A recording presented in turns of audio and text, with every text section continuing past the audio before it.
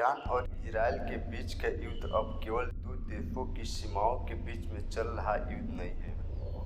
ये लड़ाई अब केवल दो देशों की सैन्य ताकतों के बीच में जीतने या हारने की नहीं है।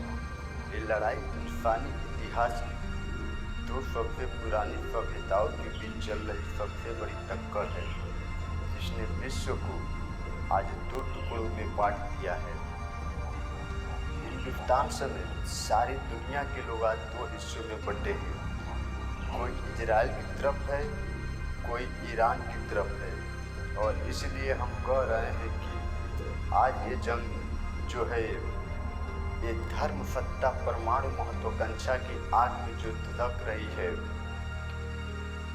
ये दो सभ्यताओं की जंग है। ये जंग इस्लाम और यहूदी ईसाई सभ्यताओं के बीच की टकराहट की जंग है।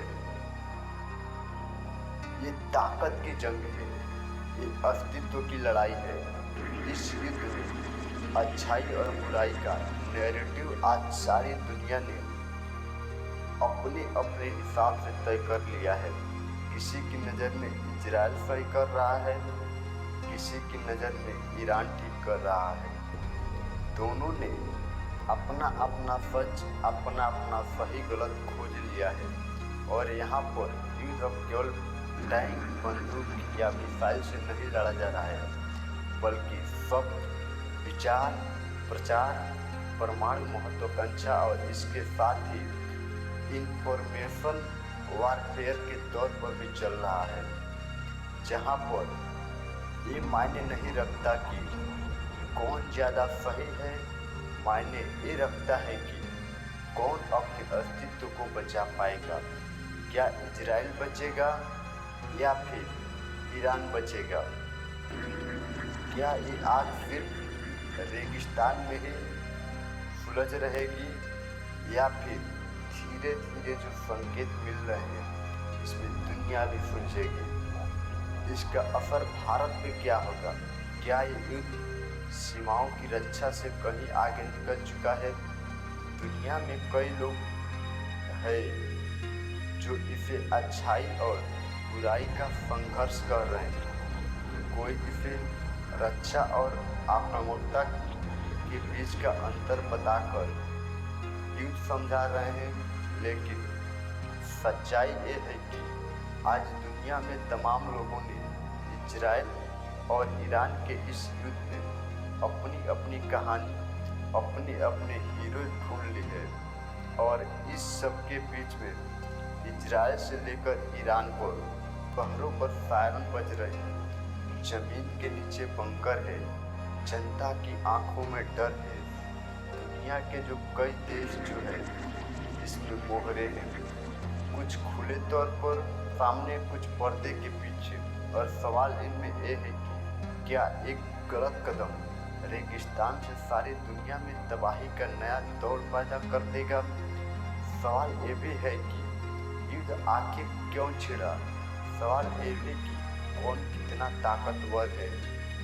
सवाल ये कि इन दोनों देशों का इतिहास क्या कहता है?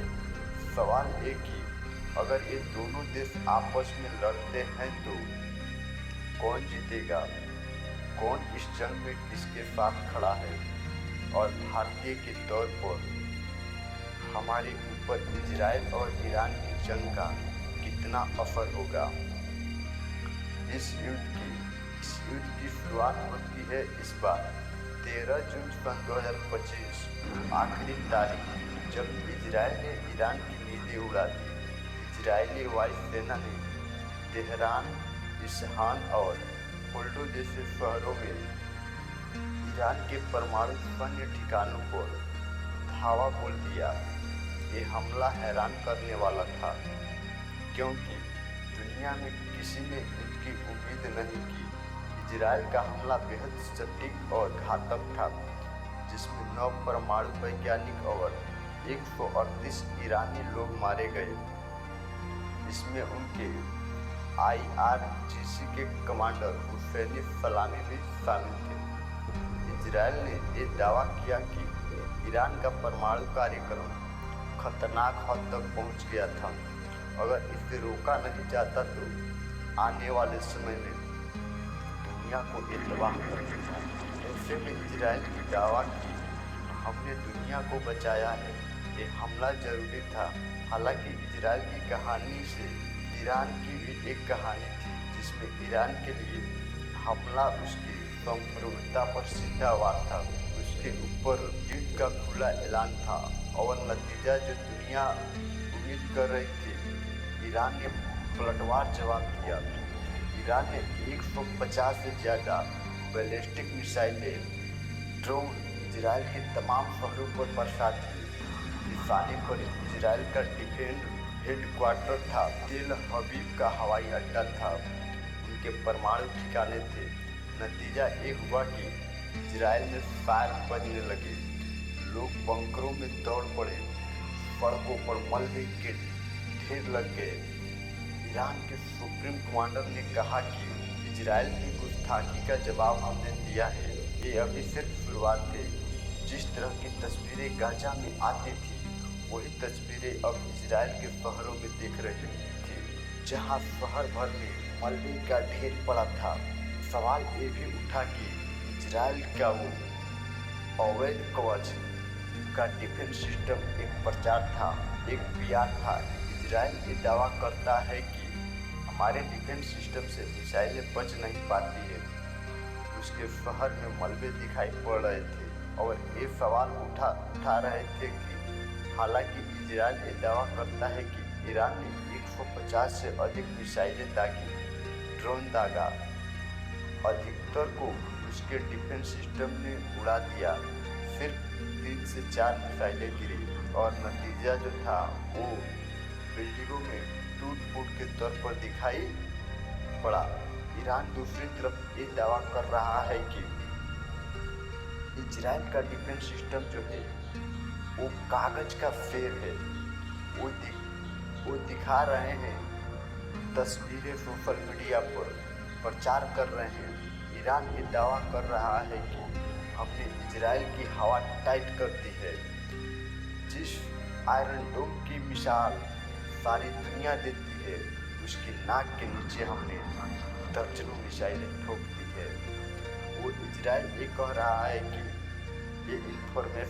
इजराइल ये कह रहा है कि ये इंफॉर्मेशन वार का हिस्सा है। दुनिया उन 3 मिसाइल पर ध्यान दे रही है, जिसकी वजह से ईरान जश्न मना रहा है। इजराइल भी कह रहा है कि इस जवाब का भी जवाब और करारा दिया जाएगा। लेकिन सच ये भी है कि इजराइल पर जो हमला हुआ उसमें इजरायली नागरिकों की मौत नहीं हुई है, लेकिन इजराइल ने जो हमला किया था उसमें 138 लोगों की मौत हुई थी।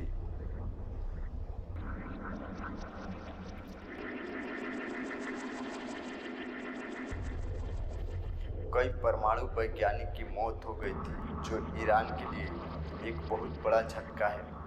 हालांकि ईरान का जवाब भी इजराइल के शहरों में दहशत फैलाने वाला है। भले ही आयरन डोम ने ज़्यादातर मिसाइलें को रोक दिया है, लेकिन जो मिसाइलें गिरी है उनकी तस्वीरें ये बताती है कि बर्बादी इजराइल में भी हुई है। और इसलिए हम कह रहे हैं कि अब ये युद्ध धीरे धीरे सिर्फ हथियारों का नहीं है, ये युद्ध अब प्रचार का भी हो गया है, मनोवैज्ञानिक दबाव का भी हो गया है। ईरान ने जब मिसाइलें दागी तो उसने इजराइल को एक संदेश भी दिया कि तुम्हारे पास तकनीक है, तुम्हारे पास जज्बा है, रणनीति है, लेकिन जवाब हम भी देंगे। ईरान ने भी अपने प्रॉक्सी समूहों को भी एक्टिवेट कर दिया है। हिजबुल्लाह से लेकर हमास से लेकर यमन के यहूदी विद्रोही अब वो भी इजराइल पर हमला कर रहे हैं, लगातार जश्न मना रहे हैं। ईरान का मकसद है कि इजराइल को चारों तरफ से घेरा जाए और उसके सहयोगी को कमजोर किया जाए। ईरान के विदेश मंत्री कह रहे हैं कि इजराइल ने जो किया है, इस गुस्ताखी का जवाब उसे दिया जाएगा, उसकी आक्रामकता की कीमत उसे चुकानी होगी। ये भी कह रहे हैं कि और वो लंबी जंग के लिए तैयार है। ईरान कह रहा है कि भले ही उसकी मिसाइल और ड्रोन इजराइल की तरह हाईटेक न हो, लेकिन उसके हौसले जज्बे बुलंद है और जब वो इजराइल को नेस्ता नाबूद कर देगा। अब ये सवाल ये है कि दोनों देश ये दावा कर रहे हैं कि हम एक दूसरे को नुकसान पहुंचा रहे हैं, तो हमें लगा कि हम आपको समझा दें कि इजराइल और ईरान के बीच युद्ध कौन कितना ताकतवर है, किसकी कितनी हैसियत है, क्या उसके पास हथियार है। सबसे पहले इजराइल की बात करते हैं। इजराइल की बात की जाए तो इजराइल के पास आधुनिक एयरफोर्स है, उसके पास आयरन डोम है, मिसाइल डिफेंस और साइबर जासूसी की जबरदस्त तकनीक है। उसके पास मुसाद जैसी एजेंसी है जिसने बार बार ईरानी वैज्ञानिक को ठिकाने लगाया है। इजराइल के पास परमाणु हथियार है, भले ही उसने कभी सार्वजनिक तौर पर स्वीकारा न हो। हालांकि इजराइल की भी कुछ कमजोरियां हैं। इजराइल का क्षेत्रफल छोटा है, जिससे लंबी जंग में ज़्यादा नुकसान होगा। जब कोई मिसाइल इजराइल पर गिरेगा तो उसके शहरों में नुकसान होगा। इजराइल को परेशान करने के लिए हिजबुल्ला, हमास जैसे प्रॉक्सी समूह जो है वो चारों तरफ से घेर रखे हैं। इनके नागरिकों में दहशत महसूस की जा सकती है क्योंकि वो बंकरों में छिपे हुए हैं। जहाँ तक बात ईरान की है, ईरान के पास दमदार मिसाइल रेंज है, तेजी से उभरती ड्रोन तकनीकी और एक खतरनाक प्रॉक्सी नेटवर्क है जिसमें हिजबुल्ला जो लेबनान में है, यहूदी जो यमन में है और हमास जो गाजा में है। ये ईरान के इशारों पर चलते हैं। हालांकि ईरान की भी कुछ कमजोरियां है। ईरान की वायुसेना जो है वो कमजोर है, लेकिन उसके भूमिगत ठिकानों पर पहुंचना इतना आसान नहीं है। वायुसेना और हवाई रक्षा में ये सच है कि इजराइल से ईरान पीछे है। परमाणु हथियार भी अधिक उसके पास इनिशियल स्टेज में है, लेकिन ईरान भी अब इजराइल की तरह अपनी अस्तित्व की लड़ाई लड़ रहा है और इसीलिए वह बार बार संदेश दे रहा है कि इजराइल की तकनीकी और सैन्य उससे बेहतर बनाती है। लेकिन ईरान भी कह रहा है कि हमारी मिसाइल क्षमता प्रॉक्सी नेटवर्क और लंबी जंग की रणनीति में भी मजबूती बनाती है। ईरान कह रहा है अगर युद्ध फैला तो ईरान के पास प्रॉक्सी समूह इजराइल को बर्बाद करके मारेगा। कुल मिलाकर कहे तो इजराइल की तकनीक में बढ़त है, लेकिन ईरान के पास समय, इच्छा शक्ति और एक लंबी लड़ाई का प्लान नजर आता है। अब सवाल ये है कि इजराइल और ईरान का इतिहास क्या कहता है, कब से ये दोनों लड़ रहे हैं। तो आपको बता दें कि इजराइल और ईरान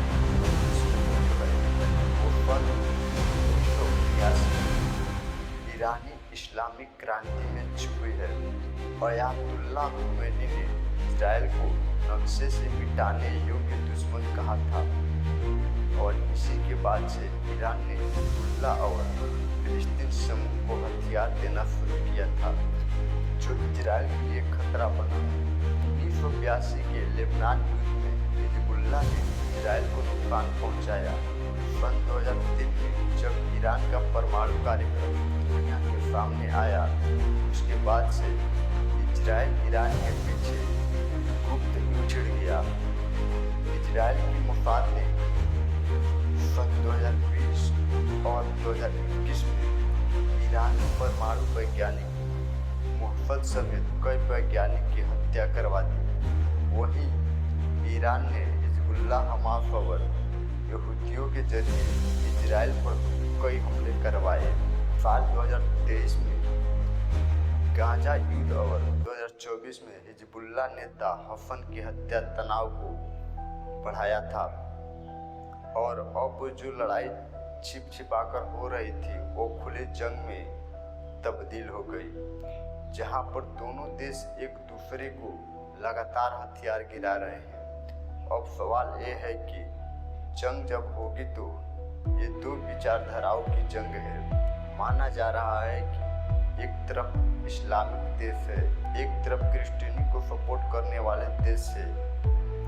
माना जा रहा है कि ईरान के पास अमेरिका विद्रोही देश है तो इजराइल के पास अमेरिका है। लेकिन हमें लगा कि ये माना क्यों जाए, हम आपको स्पष्ट रूप से बताएं कि किसके साथ कौन है। तो इजराइल की समर्थन की बात की जाए तो इजराइल के साथ देने वाला अमेरिका है। अमेरिका लगातार घातक हथियार और खुफिया जानकारियां इजराइल को दे रहा है।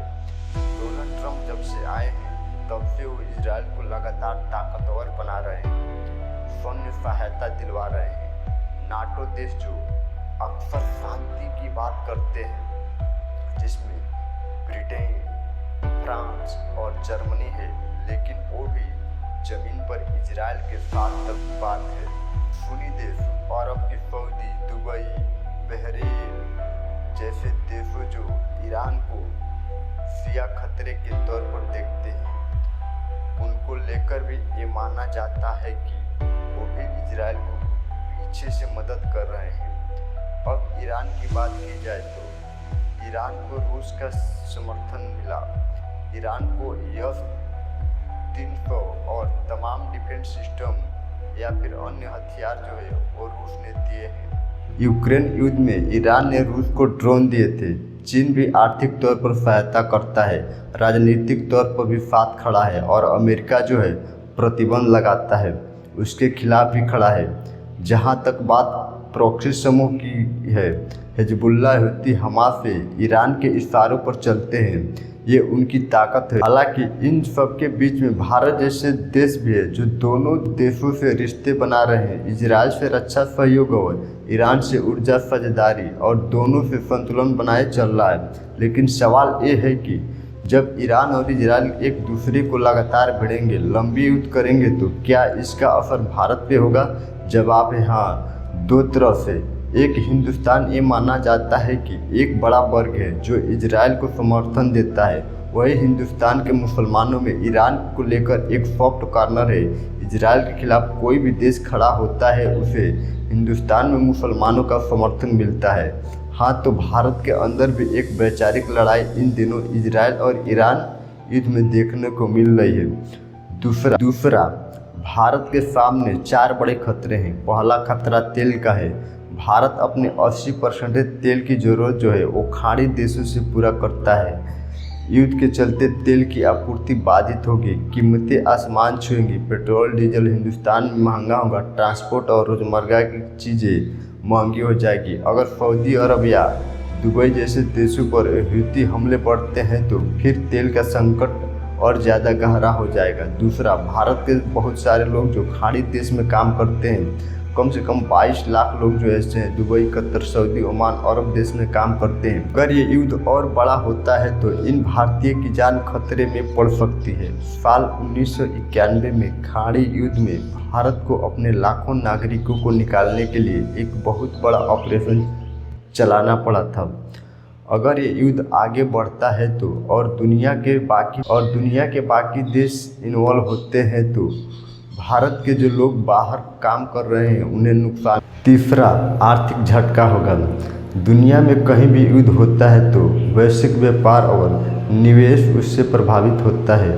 भारत का खाड़ी देशों के साथ $100 अरब से ज़्यादा का व्यापार अगर ये रुकता है तो फिर भारत की विदेशी मुद्रा भंडार पर असर पड़ेगा, शेयर बाजार में गिरावटी होगी और भारत की जो सोच 5 ट्रिलियन इकोनॉमी के है लक्ष्य को पाने की, उस पर असर पड़ेगा, दिखाई देगा। चौथा जो बहुत इम्पोर्टेंट है, भारत हमेशा से तटस्थ रहा है। भारत ने हमेशा इजराइल और ईरान के बीच में एक संतुलन बनाया है। इजराइल के साथ रक्षा सौदे जैसे स्पाइक मिसाइलें और ड्रोन भारत की ताकत को बढ़ाते हैं, तो वही ईरान की बात की जाए तो चाबहार बंदरगाह, तेल गैस साझेदारी भारत की ऊर्जा सुरक्षा के लिए अहम हो जाते हैं।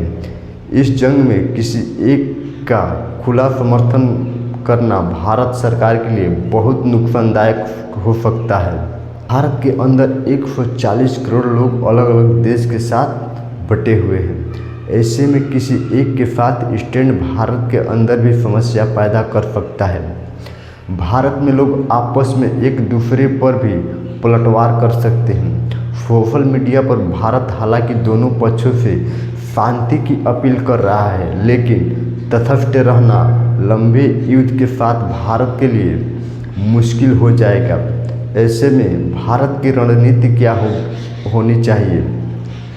भारत को अपनी ऊर्जा सुरक्षा के लिए दूसरा स्रोत तलाशने चाहिए।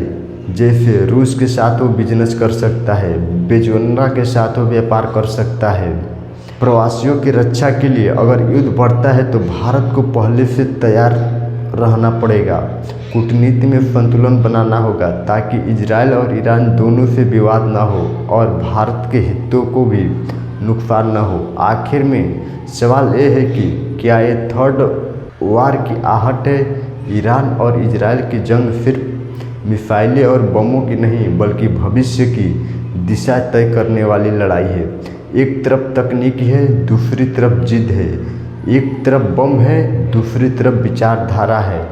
ट्रंप की धमकियां और वैश्विक मोहरों की चालबाजियों ने इस टकराव को फिलहाल परमाणु संघर्ष की कगार तक ला दिया है। भारत के लिए युद्ध न केवल आर्थिक बल्कि सामरिक कूटनीति चुनौती वाला भी है। अगर ये आग फैली है तो फिर भारत में तेल का संकट, महंगाई का संकट, भारत के लोग जो विदेश में काम करते हैं जैसे Dubai, Saudi, Oman, Qatar, Bahrain, सुरक्षा का संकट पैदा हो जाएगा। लेकिन सबसे बड़ा सवाल ये है कि क्या ईरान और इजराइल का युद्ध केवल रेगिस्तान तक रहेगा या फिर इस जंग की आग पूरी दुनिया को चपेट लेगी? इतिहास ये कहता है कि ऐसी जंग शांति नहीं सिर्फ तबाही लाती है और इसलिए भारत को इस आग से बचने के लिए सावधानी, समझदारी और तेज कदम उठाने होंगे। और शायद दुनिया को उसकी कीमत का अंदाज़ा बाद में होगा। इजराइल और ईरान की जंग में आप किसके साथ थे और आपने अपना कौन सा सच ढूंढा है? किस आधार पर आप समर्थन कर रहे हैं? और जाते जाते एक गुजारिश है, ईरान और इजराइल की लड़ाई में आप भारतीय होकर आपस में सर फुटबॉल मत करें। हम कम से कम अपने देश में एकजुटता बनाए रख सकते हैं। वैचारिक तौर पर आप अपनी राय रख सकते हैं, लेकिन उससे आगे लड़ाई झगड़ा, गाली गलौज या फिर गंदगी अपने देशवासियों के साथ किसी और मुल्क को लेकर मत कीजिए। जय हिंद, जय भारत।